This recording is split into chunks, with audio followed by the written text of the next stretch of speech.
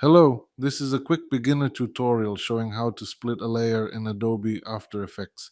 I have a video file imported into After Effects. I click and drag the video into the composition, so we have a layer in the timeline. As you can see, the video is too big for the composition. To fix this, right-click on the layer, go to Transform, and choose Fit to Comp. Now the video fits perfectly inside the composition. If you want to split the layer, first make sure the layer is selected in the timeline. Then move the current time indicator to the position where you want the cut. For example, I'll move it to 4 seconds. Now go to Edit, Split Layer, or use the shortcut Ctrl plus Shift plus D.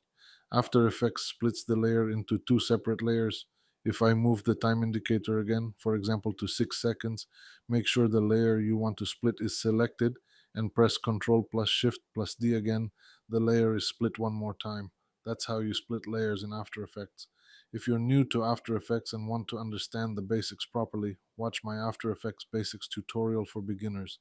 It covers compositions, layers, keyframes, and common beginner mistakes, and it will make this tutorial much easier to follow.